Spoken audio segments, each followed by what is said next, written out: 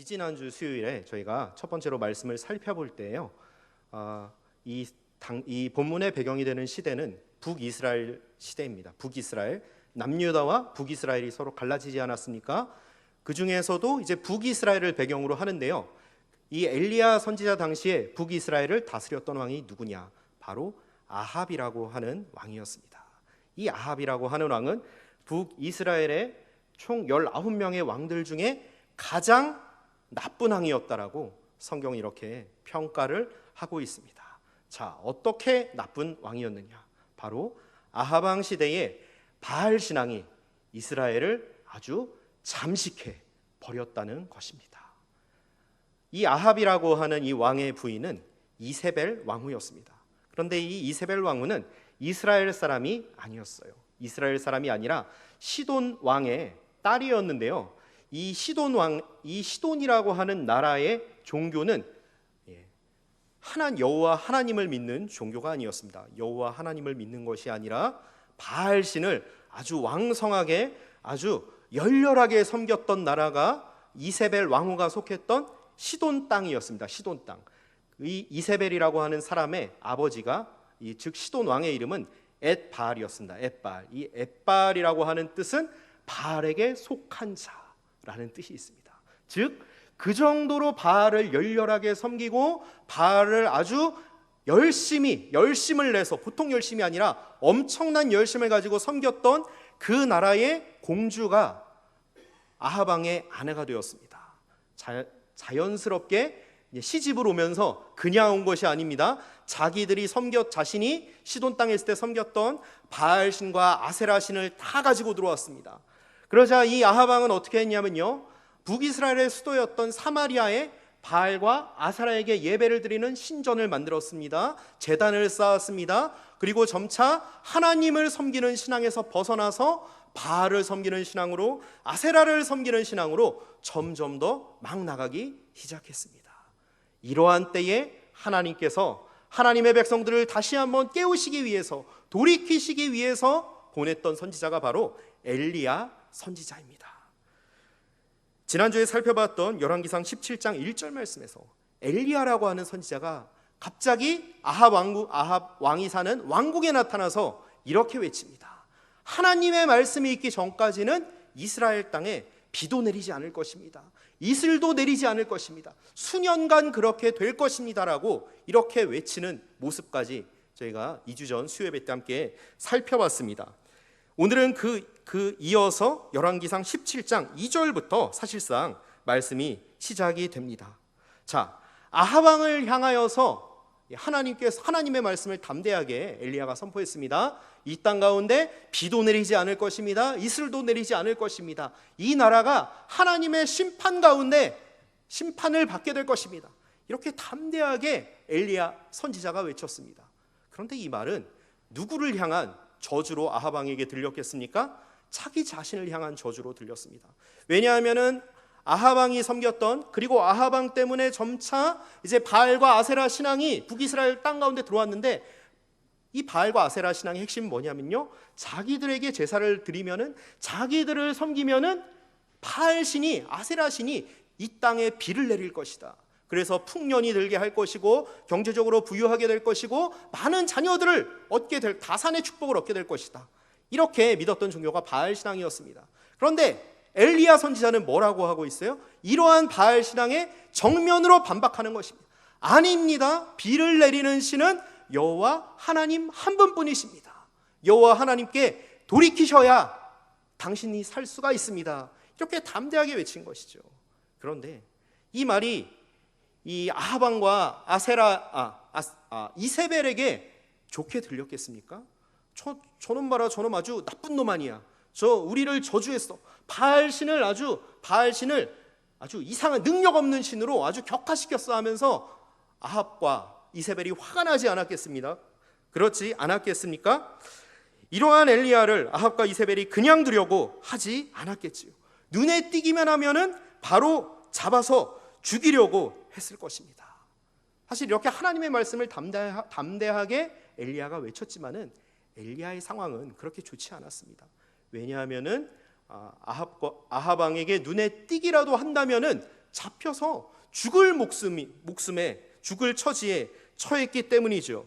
그뿐만이 아닙니다. 이제 하나님의 말씀처럼 북이스라엘 땅 가운데에 비가 내리지 않습니다. 이슬이 내리지 않습니다. 그러다 보니까 먹을 물이 부족하게 되는 거예요. 농사 지을 때 쓰는 그 물들이 이제 바닥이 나기 시작해요. 이러한 타격이 누구에게도 왔겠습니까? 하나님의 사람 엘리야에게도 오지 않았겠습니까? 이제 먹을 것이 없습니다. 마실 물이 없습니다. 만약에 아합 왕에게 잡혀서 죽지 않는다 치더라도 결국에는 굶어 죽을 수밖에 없는, 이대로 가다가는요 굶어 죽을 수밖에 없는 그러한 결과가 뻔히 보이는 현실입니다. 자, 그런데 이때에 하나님께서는 엘리야에게 이렇게 나타나십니다. 그리고 이렇게 말씀하시죠. 오늘 말씀 2절에서 4절을 한번 보시겠습니다. 여호와의 말씀이 엘리야에게 임하여 이르시되 너는 여기서 떠나 동쪽으로 가서 요단 앞 그릿 시냇가에 숨고 그 시냇물을 마시라. 내가 까마귀들에게 명령하여 거기서 너를 먹이게 하리라. 자, 지금 하나님께서는 엘리야에게 어디로 가라고 말씀하고 계십니까? 그릿 시냇가로 가라고 말씀하고 계십니다. 자, 비가 점점 내리지 않고 있고요, 이스라엘 땅 가운데서 이제 마실 물이 점점 줄어들고 있어요. 그런 가운데 하나님께서는 엘리야를 그릿 시냇가에 보내셔서 내가 너를 그곳에서 마시게 할 것이다, 목마르지 않게 할 것이다, 하나님께서는 이렇게 약속을 하셨습니다. 예, 여기까지는 좋습니다. 그런데 그 뒤를 한번 보시겠습니다. 내가 누구들에게 명령해서 거기서 너를 먹이게 할 것이다 라고 말씀하십니까? 까마귀에게 하겠다고, 까마귀를 통해서 너를 먹이게 하겠다고 말씀하십니다. 이 까마귀라고 하는 새는요, 이스라엘 사람들에게 있어서 아주 부정한 짐승입니다. 절대 가까이 해서는 안 되고요, 손을 접촉해서도 안 되고요, 먹어서도 안 되는, 절대 잡아 먹어서는 안 될 그 리스트에 오른 동물이, 대표적인 동물 중 하나가 바로 까마귀입니다. 그런데 지금 하나님께서는 이 부정한 까마귀라고 하는 동물을 통해서 내가 너를 먹이겠다라고 하나님께서 이렇게 말씀하셨어요. 사실 이 엘리야는 어떤 사람입니까? 이스라엘이 점점 바알 신앙에 물들어가고 있는 그 시대에 유일하게 하나님을 섬기는 하나님의 사람이 아닙니까? 하나님의 거룩한 백성의 대명사입니다. 그런데 거룩한 하나님의 백성에게 이 부정한 새가 물어다주는 음식을 먹으면 이 엘리야 또한 어떤 존재가 될까요? 부정한 존재가 될 수밖에 없어요. 그런데 이러한 명령을 어떻게 곧이곧대로 받아들이기가 쉽겠습니까? 자, 그런데요, 이러한 하나님의 말씀 앞에 엘리야는 어떻게 반응하고 있습니까? 우리 함께 5절 말씀을 읽으시겠습니다. 그가 여호와의 말씀과 같이 하여 곧 가서 요단 앞 그릿 시냇가에 머물매. 자, 엘리야가 지금 어떻게 하고 있습니까? 하나님의 이 말씀에 그대로 순종하여서 그릿 시냇가로 갔습니다. 그리고 그곳에서 그는 경험을 합니다. 무엇을 경험합니까? 하나님의 손길을 경험하게 되지요. 물이 부족한 이 현실 가운데서 그릿 시냇가에 그 시냇물을 통하여서 자기를 마시게 하시는 하나님의 손길을 경험합니다. 그리고 뿐만 아니라 까마귀를 통해서, 정말 상상조차 할 수 없었던 부정한 동물인 그 까마귀를 통해서 자기를 빵과 고기를 먹이시는 그 하나님의 신실하신 손길을 경험하고 있습니다. 이것이 바로 하나님의 은혜입니다. 여러분, 신앙생활의 비결이 무엇인지 아십니까? 우리가 믿음으로 나아갔을 때에, 우리가 지금 나에게 처한 어떠한 여러 가지 혼란스러운 상황과 환경 가운데서도 오직 하나님 한 분을 바라보며 나아갈 때에 하나님이 이 모든 것의 주인이시오 주관자이심을 고백하며 나아갈 때에 하나님의 손길을 경험하게 될 줄 믿습니다. 하나님의 채우심을 경험하게 될 줄 믿습니다. 하나님의 공급하심을 경험하게 될 줄 믿습니다. 그래서 이런 것이 점점 쌓이고 쌓여서 우리의 믿음이 더욱더 커지게 되는 것입니다. 이러한 신앙생활을 경험하면 경험할수록 우리 가운데 흥이 나는 것이에요. 기쁨이 넘쳐나는 것이에요. 비록 내가 이런 상황이지만은 이전에 하나님께서 나와 함께 하셨기 때문에, 이전에 하나님께서 나를 채우셨기 때문에 나는 하나님 한 분만 바라볼 거야, 하나님의 뜻대로 살아갈 거야, 바라기는 이러한 고백이 저와 우리 성도님들 가운데 날마다 새롭게 넘쳐나게 되시기를 간절히 소원합니다. 이러한 믿음으로 엘리야가 나아갔을 때에 하나님의 도우심을 경험하게 됐습니다. 그래서 이사야 선지자는 이사야 33장 16절에서 이렇게 말씀하고 있습니다. 그는 높은 곳에 거하리니 견고한 바위가 그의 요새가 되며 그의 양식은 공급되고 그의 물은 끊어지지 아니하리라. 높은 곳에 거하시는 그 하나님 한 분을 바라볼 때에, 하나님 한 분을 믿음으로 나아갈 때에 하나님께서 우리의 견고한 바위가 되신다고 말씀하고 있어요. 하나님께서 적들의 공격 가운데서 우리를 지키시는 강한 요새가 되신다라고 분명히 약속하고 있습니다. 그리고 엘리야에게 역사하셨던 것처럼 양식을 공급하시고 우리의 필요한 것들을 채우시는 분이 바로 우리 주 하나님이심을 믿으시기를 바랍니다. 자, 이렇게 하나님의 첫 번째 명령에 엘리야는 믿음으로 잘 순종했습니다. 그랬을 때에 그는 그릿 시내가에서 하나님의 도우심을 경험할 수가 있었지요. 그런데 현실은 어떻습니까? 이제 비가 계속해서 내리지 않고 있습니다. 그러다 보니까 엘리야에게 물을 공급했던, 하나님께서 물을 공급하셨던 그릿 시내가의 시냇물이 점점 말라가기 시작해요. 이제 바닥이 점점 보이기 시작합니다. 이제 마실 물을 더는 구할 수가 없습니다. 자, 그런데 이러한 상황 가운데서 하나님의 일하심은 또다시 시작됩니다. 하나님께서는 엘리야를 향해서 두 번째 나타나서 이렇게 말씀하시죠. 우리 함께 9절 말씀을 읽으시겠습니다. 너는 일어나 시돈에 속한 사르밧으로 가서 거기 머물라. 그곳 과부에게 명령하여 내게 음식을 주게 하였느니라. 아멘. 자, 하나님께서는 이 엘리야에게 어디로 가라고 말씀하고 계십니까? 시돈 땅에 속한 사르밧 마을에 사는 한 과부를 찾아가라고 이렇게 말씀하고 있습니다. 그런데 이 또한 참으로 이상한 명령입니다. 제가 서두에서도 말씀드렸습니다. 이 시돈 땅이라고 하는 이 땅, 누가 이곳에 살았었습니까? 누가 이곳 출신이었지요? 아합 왕의 아내였던 이세벨이 이 시돈 땅 출신이었습니다. 그리고 이 시돈 땅 사람들은 하나님을 섬기는 사람들이 아니었어요. 바알 신앙을 섬기는 사람들이었는데요, 그냥 섬기는 것이 아니라 아주 열렬하게 열심히 바알 신을 섬기는 사람들이 이 시돈 땅의 사람들이었습니다. 그런데 지금 이 엘리야는 누구를 섬기고 있습니까? 여호와 하나님을 섬기고 있어요.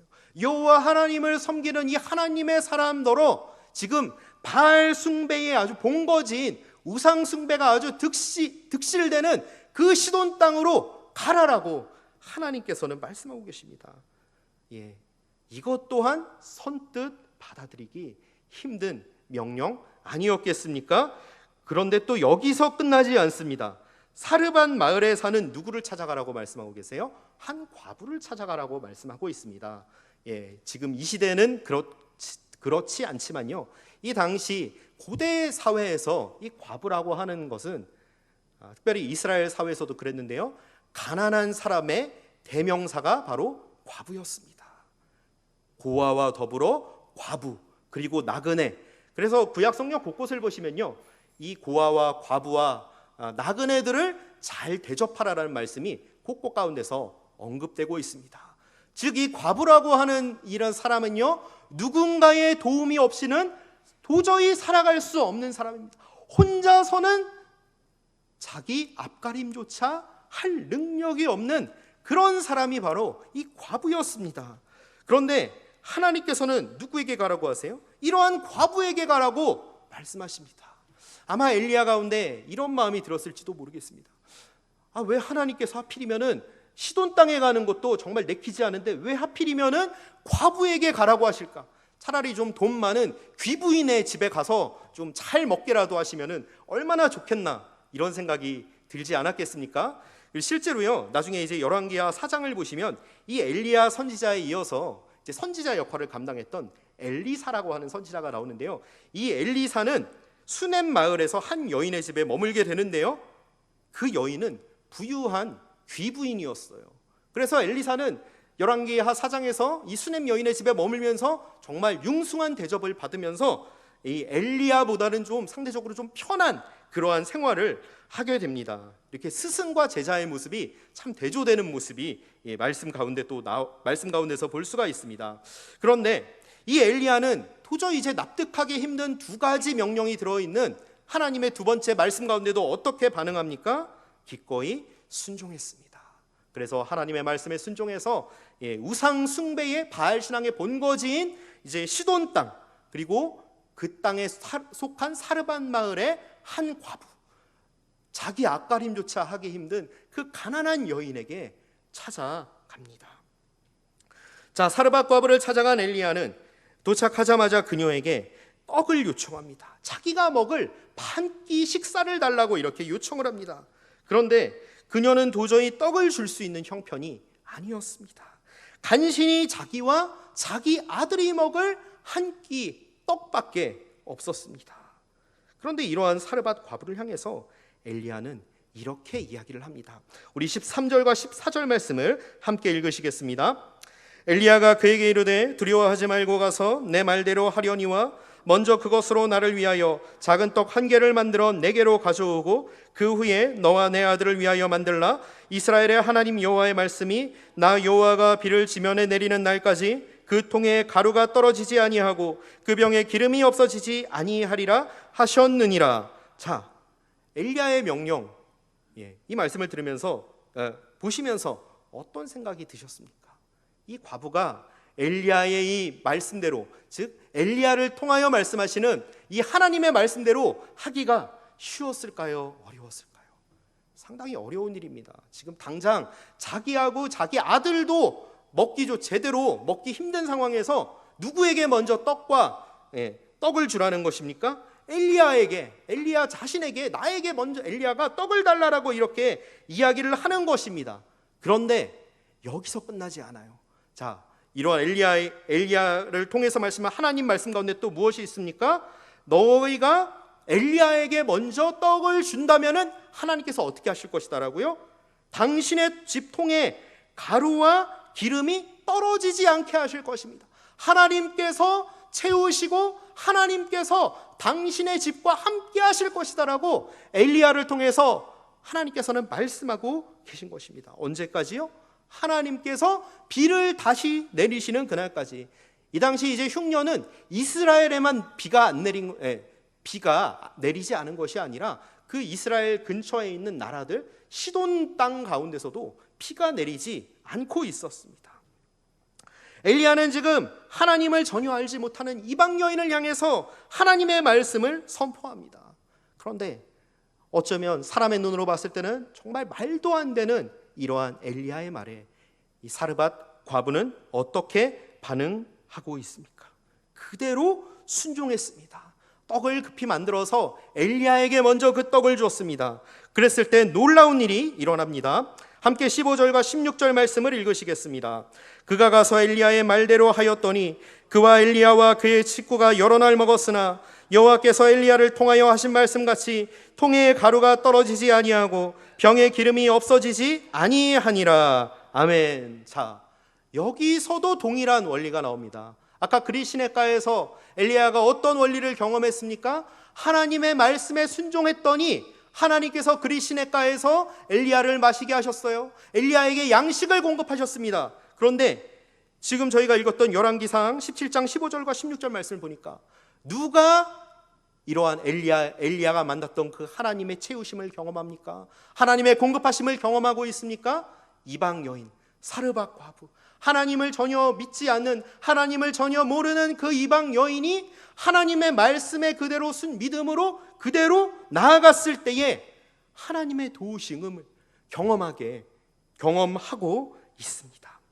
이방 여인인 그녀가 하나님의 말씀에 순종했을 때에 하나님께서는 엘리야를 돌보셨던 하나님께서는 엘리야뿐 아니라 누구까지도 돌보고 계십니까?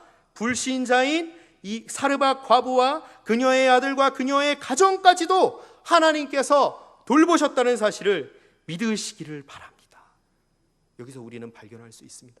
하나님의 말씀에 순종했을 때에, 하나님의 말씀에 믿음으로 반응했을 때에 무엇을 경험합니까? 하나님의 복을 경험한다라고 하는 사실입니다. 자, 여기까지 해서 이야기가 끝난다면은 얼마나 좋겠습니까? 그런데 좋은 이야기만 있었던 것이 아닙니다. 그러던 어느 날이었습니다. 이 사르밧 과부의 여인의 아들이 심한 병이 들었습니다.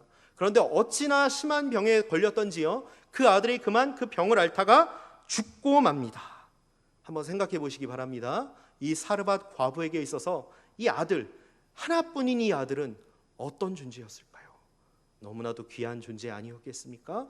무엇과도 누구와도 바꿀 수 없는, 정말 세상의 보물을 다 준다 해도 바꿀 수 없는 그런 존재가 이 여인의 아들이 아니었겠습니까?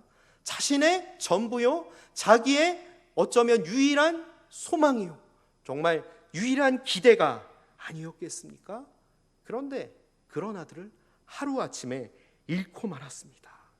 그녀의 마음에 얼마나 상심이 컸겠습니까? 불현듯 그녀 마음에 이런 마음이 들었습니다. 오늘 18절 말씀을 보니까 이 아들을 잃은 사르밧 과부가 누구를 원망하고 있습니까? 하나님의 사람인 엘리야를 원망하고 있습니다. 당신이 하나님의 사람이라면서 왜 내게 이런 일을 겪게 하십니까? 왜 하필 저를 찾아오셨어요? 저를 죽게 하려고 찾아오셨습니까? 이렇게 아주 핏대를 높이면서 엘리야를 붙잡고 막 절규하지 않았겠습니까? 어떻게 보면 이 엘리야는 지금 최대 위기를 맞고 있습니다. 자기는 그냥 하나님의 뜻대로 와서 이 과부의 집에 찾아와서 그냥 머물렀을 뿐인데, 이제 된통 어떠한 누명까지 쓰게 됐습니까? 살인범이라고 하는 누명까지 쓰게 됐습니다. 자, 그런데 이렇게 자신을 향한 이 사르밧 과부의 거센 원망과 분노 앞에서 엘리야는 어떻게 반응하고 있습니까? 우리 19절과 21절 말씀을 함께 읽으시겠습니다.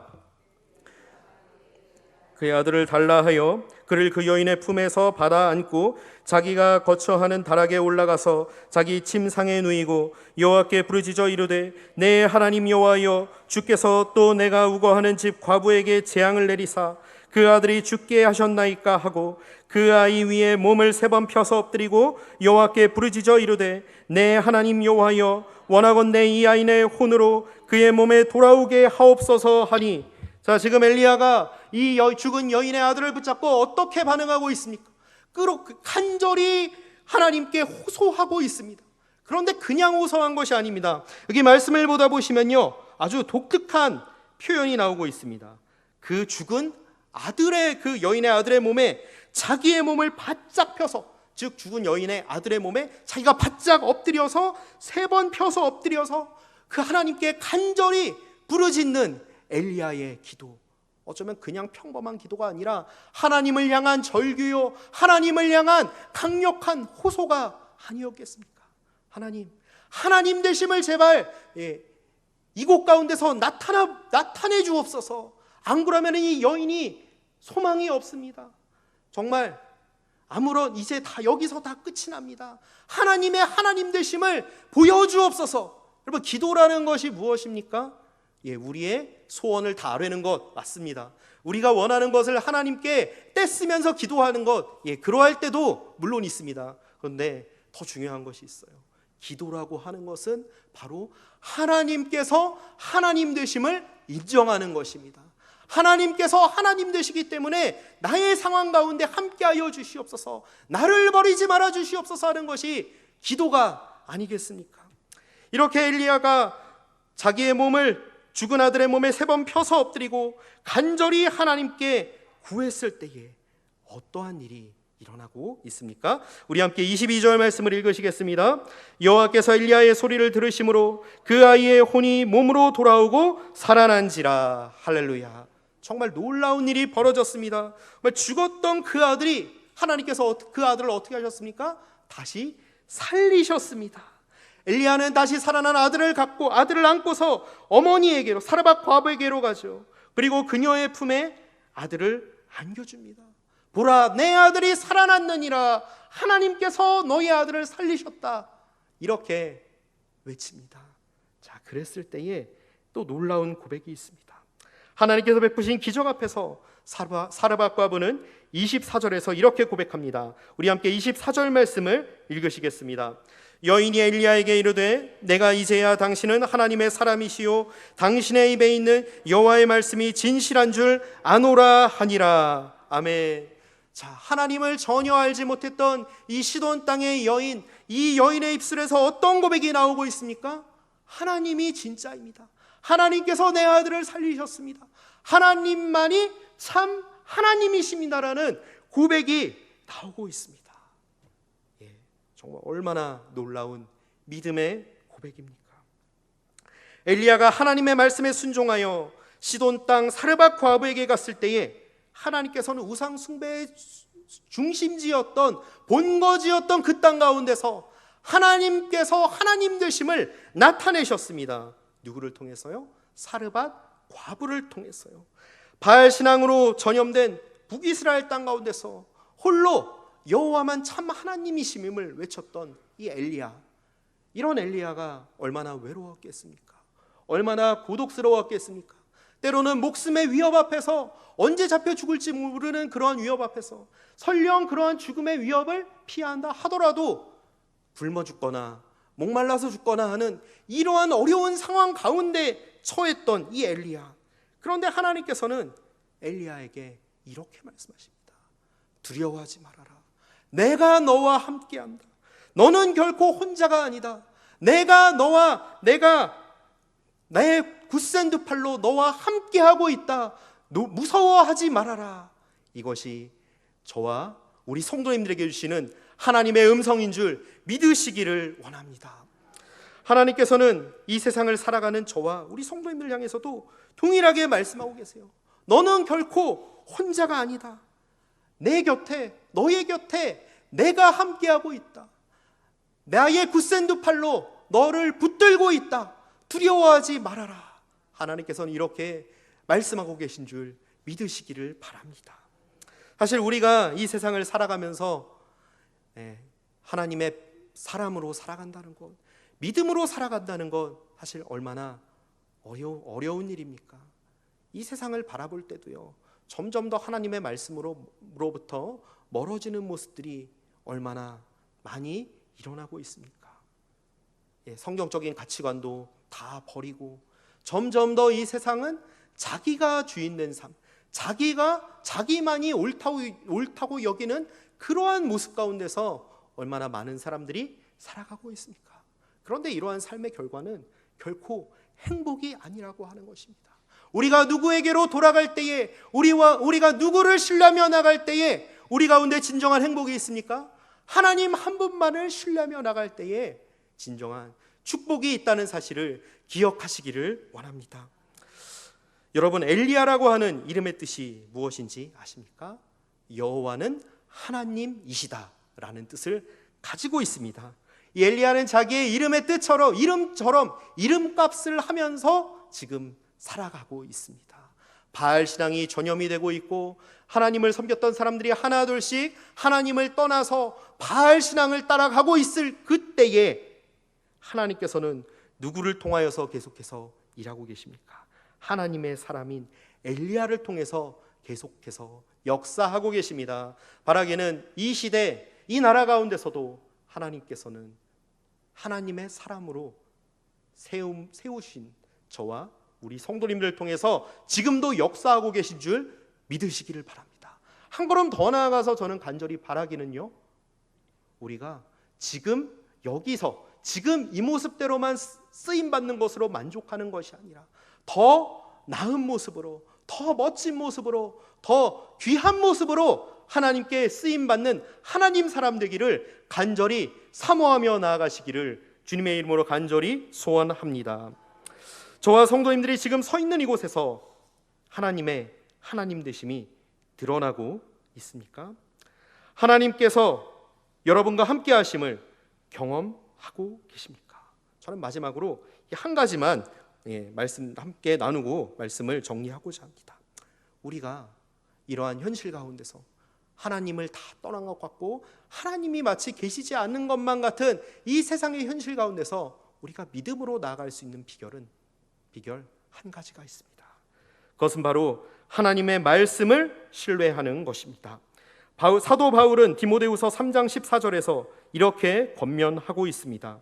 그러나 너는 배우고 확신한 일에 거하라. 너는 내가 누구에게서 배운 것을 알며. 자, 너는 배우고 확신한 일에 거하라. 그것은 무슨 말이냐면요, 하나님의 말씀 위에 거하라라고 하는 것입니다. 우리가 하나님의 말씀 위에 굳게 서 있을 때에 우리의 믿음은 흔들리지 않습니다.